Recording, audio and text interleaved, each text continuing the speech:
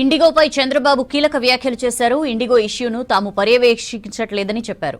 పైలట్లకు విశ్రాంతి అవసరమని చెప్పారు. ఇండిగో సంస్థ ప్రమాణాలు పాటించట్లేదన్నారు. ప్రయాణికులకు క్షమాపణలు చెప్పినా అసౌకర్యం కలిగిందన్నారు చంద్రబాబు.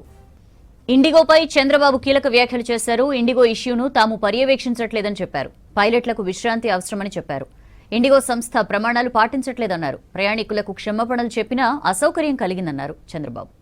పార్లమెంట్ స్టాండింగ్ కమిటీ ఒక నివేదిక ఇచ్చారు. ఇది flight duty time limitation norms. దీన్ని అమలు చేయాలని చెప్పారు. దీంట్లో మెయిన్గా పైలట్లు, ఇతర క్రూ సభ్యులందరికీ అంతర్జాతీయ ప్రమాణాలకు అనుగుణంగా విశ్రాంతి, మళ్ళా డ్యూటీ, ఇవన్నీ కూడా భద్రత, ఇవన్నీ కూడా మేనేజ్ చేస్తారు. అయితే ఇక్కడ ప్రస్తుతం పనిచేస్తున్న సిబ్బందికి ఎక్కువ విశ్రాంతి ఇచ్చినప్పుడే అదే సర్వీసులు నడపడానికి ఎక్కువ సిబ్బందిని నియమించుకోవాలి. అది ఇండిగో చేయలేకపోయారు.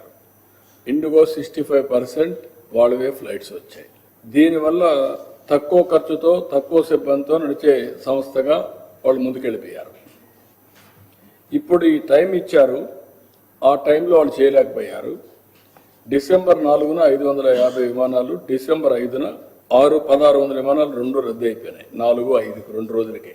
దీంతో రోస్టర్ని సరిగా మేనేజ్ చేయకుండా పోవడం, ఒకటి రియాక్షన్స్ రావడం, చైన్ ఆఫ్ రియాక్షన్స్ రావడం, దీనివల్ల పబ్లిక్ కూడా చాలా ఇబ్బంది పడే పరిస్థితి వచ్చారు.